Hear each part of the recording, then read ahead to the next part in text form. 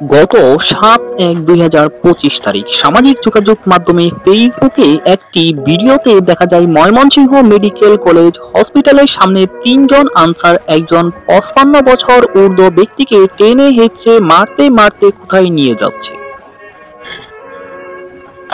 ভিডিওটি যে কেউ দেখলে টনক নড়ে উঠবে। তবে আমরা যে ফেসবুক থেকে ভিডিওটি পোস্ট করা হয়েছে সেই ব্যক্তির সাথে যোগাযোগ করার চেষ্টা করি, কিন্তু যোগাযোগ করতে ব্যর্থ হই। তবে ভিডিওটির ক্যাপশনে লেখা ছিল, অসুস্থ ব্যক্তির স্বজনদের সাথে আনসার বাহিনীর বর্বরতা। হসপিটালে আনসার বাহিনীর এমন ঘটনা মোটেও কাম্য নয়। যে জায়গায় মানুষ সুস্থ হওয়ার জন্য চিকিৎসা নিতে যায় আর তাদের উপর শারীরিক, মানসিক, অর্থনৈতিক নির্যাতন কখনোই কাম্য নয়। যদি উক্ত ব্যক্তি কোনো ভুল বা অপরাধ করেও থাকেন, দিনমজুর নিরীহ মানুষের সাথে আনসার বাহিনীর এমন ব্যবহার মোটেও কাম্য নয়। ভিডিওটি দেখার পর ভিডিওর কমেন্ট বক্সে নেটিজনরা লিখছেন, আমরা শীঘ্রই আশা করব ময়মনসিংহ মেডিকেল কলেজ হসপিটাল কর্তৃপক্ষ এর বিরুদ্ধে যথাযথ পদক্ষেপ গ্রহণ করবেন।